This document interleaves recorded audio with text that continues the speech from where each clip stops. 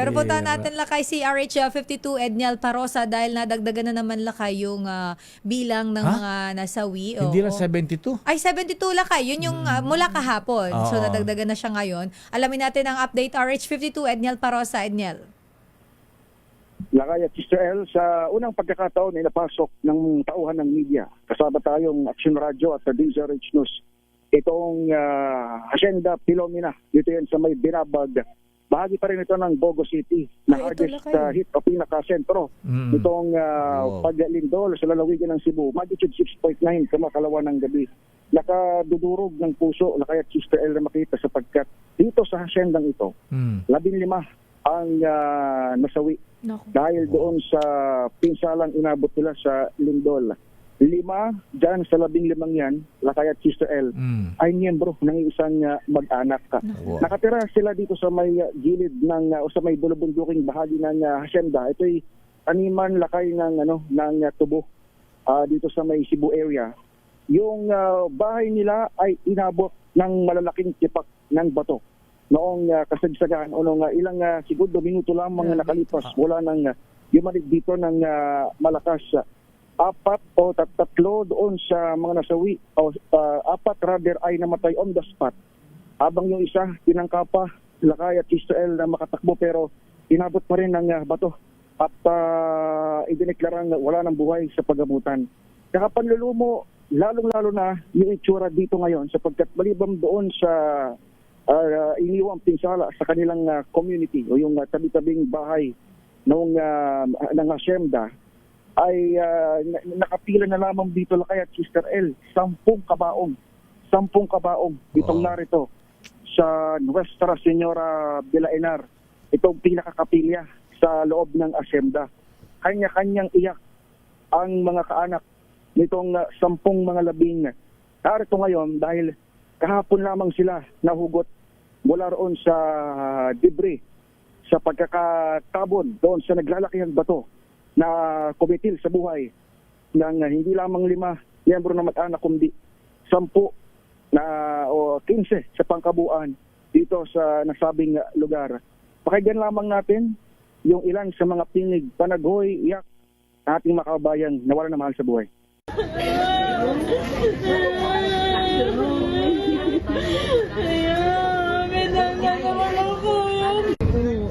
Gaano sila karam? Lahat sila.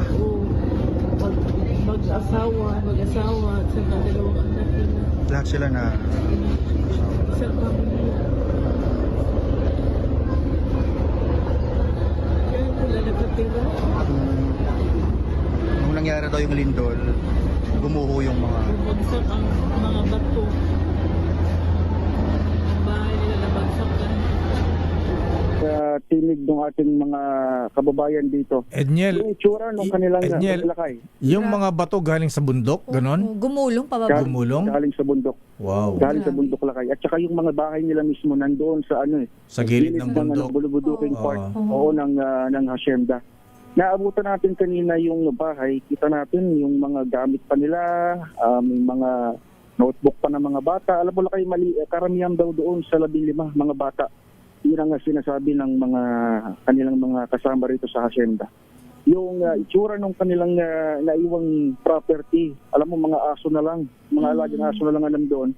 At kita-kita natin na hindi pa rin iniiwan ng kanilang mga alaga, yung kanilang mga tahanan, tila baga naghihintay na babalik pa yung kanilang mga amo, pero ligid sa kalaman ng mga pantay, eto na, hindi bababa sa 10 ataol. Anam dito sa malapit na kapilya at iniiyakan ngayon ng mga mahal sa buhay na nagdaratingin pa yung iba rito lakay mula pa sa Cebu City dahil yung Mactan at Lapu-Lapu City dito naman sa Cebu yung kabisera ng probinsya hindi masyadong nagkaroon ng pinsala naramdaman yung lindol pero dito talaga sa northern part ng probinsya yung pinaka-damage 2 to 3 hours pa mula ron sa kabisera. Bumiyahe pa rito yung mga kaanak at ito na yung tumambad sa kanila mga labi ng kanilang mga mahal sa buhay. Sabi lakay ng Office of Civil Defense sa Camp Aguinaldo ay nagpapatuloy pa yung search and rescue operations hanggang sa mga oras na ito. Pero sa hiwalay na interview kay ASEC Rafi Alejandro, ang kanyang binabanggit ay mukhang wala na tayong sinusubukang i-retrieve. Yung mga informasyon na yan ay papandayin pa at mamaya malalaman natin kung meron pa ba dito sa Bogo at sa mga kalapit na bayan, kung meron pa tayong i-retrieve o susubukang i-rescue sapagkat tapos na yung 24 hours na golden period kung tawagin para doon sa lingwahe ng mga rescuers. Ito yung isang buong araw kung saan susubukang mailigtas lahat ng buhay na maaaring iligtas mula nang mangyari itong 6.9 magnitude na lindol 9:59 PM ditong 30 ng Setyembre. Yan ang latest sitwasyon dito. Pahirapan pa rin ang signal at gaya nung binabagit ko kanina sa intro lakay ay kailangan ko pang lumapit dito sa may yung pinakaplato natin ng connection para makatawag o maabot man lamang ng data natin. At sa malaking bahagi ng Bogo ay pabalik pa lamang ang signal.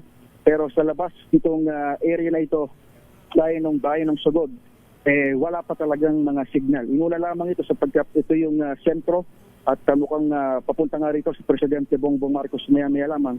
Kaya naibalik agad yung telco signal doon sa downtown, sa proper area. Pero dito, kagaya dito sa Hacienda na medyo bulubundukin at napasok lamang natin sa tulong ng Action Radio team, ay talagang pahirapan pa rin ang koneksyon ng ating mga kababayan.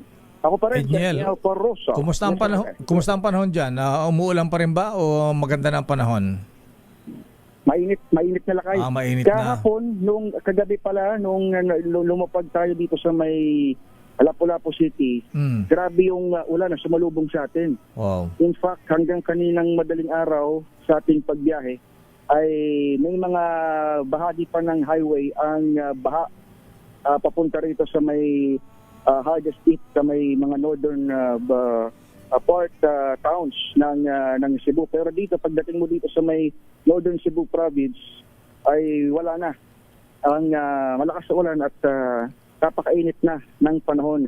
Yun yung dahilan kung bakit marami rin tayong nadaanan kanina lakay na medyo tuyo ng mga buhangin o putik dahil hanggang kahapon pahirapan pa rin yung pag-clear doon sa ilang mga daanan. Nadaanan din tayong rock slide malibang dito sa may Bogo. May rock slide tayong nadaanan dyan sa may Sugod. At kahapon lamang din natuyo ang lupa. Dahil kahapon lamang din umaraw ng ganito dito sa area ito ng Cebu, Lakay. Edniel, simula nung dumating kayo dyan, nakaramdam ka ba ng aftershock? Kasi sinasabi ng Feebles, meron pang aftershock na 5 magnitude, Edniel? Lakay, maniwala ka, 2-3 oras ang layo ng Cebu City kung saan tayo medyo nag-stay ng gabi. Pero hindi tayo nakatulog dahil sa aftershocks. Ha, talaga? Sunod-sunod ba yung interval? Doon sa may, not necessarily sunod-sunod, pero mararamdaman mo talaga hanggang doon sa may Cebu City. At kanina, bago lang ako tawagin nila Kaping at Jerry sa Dos Pordos, habang nakatayo yung tripod ko, ang lakas ng uga doon sa may Kapitolyo, sa may Provincial Hospital, dyan sa may Bogo Town proper. Ang lakas ng uga, at saka yung uga niya, sister, papagilid papagilid yung ating yung naramdaman kanina.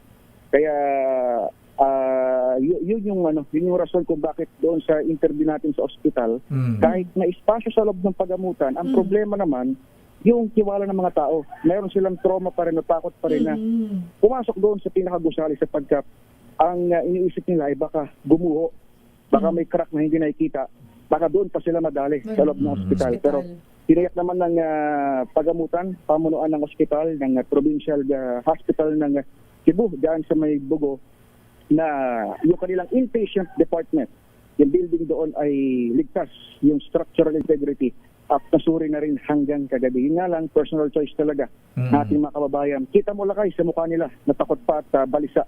Wala nang mangyari yung insidente 2 nights ago. Saan kayo natulog? Sa labas ba kayo natulog? Saan sa ka natulog, hotel? Edniel?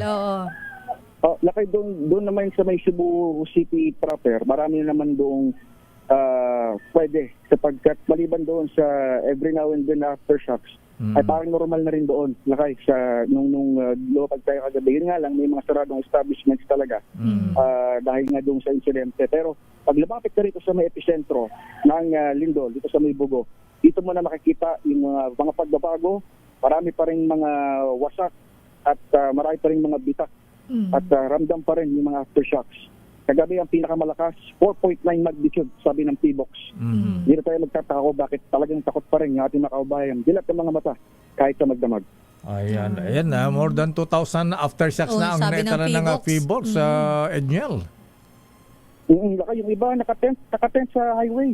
Doon sila natutulog. Yung iba nating kababayan, I don't know kung napinsalaan ba sila, lahat ba sila ay nasiraan ng bahay, pero yung nakakausap natin so far ay talagang takot pa sila Takot. na bumalik sa kanilang tahanan. Ayan. Okay, yun nga Rod. Ayan. Ay, kung wala kang matulugan dyan, maghanap ka ng sabi ni Mr. Bossing Edlas at saka si Arman Akinde. Ayan. Maghanap ka ng Sogo Hotel dyan. Ayan. Dahil earthquake proof daw yung kanilang mga building. Iba ang lindol doon, lakay sa ating establishment. Pero lakay kasama natin ang DYRC team at tayo naman ay kasama nila natin sila mula doon sa sa mga ganong klase ng ng accommodation. Hanggang dito sa pagsuyod sa mga remote areas na. Tayo pa lamang ang unang media team na nakarating dito. Sabi na rin ng mga residente rito sa may Hacienda Pilomina, Binabag, Bogo City, probinsya ng Cebu. Kanino hacienda yan? Ay, hindi ko lang alam. Yun lang yung pangalan ng lugar. Sa kanan ng Cebu. Hacienda Pilomina. Ayan. Hacienda Filomena Parosa. Alam mo yung ibang kasama natin dito lakay naluluha kahit hindi sila kaanak. Kaya ganoon yung emosyon dito dahil Sitwasyon. yung itsura ng 10 taon na magkakatabi tapos kalahati may umiiyak. Yun yung dito. Yun yung mood nating mga kasama rito. Sila man ay kaanak o kagaya nating magkukwento ng bahaging ito ng ating kasaysayan. Balik sa inyo, Lakay Sister.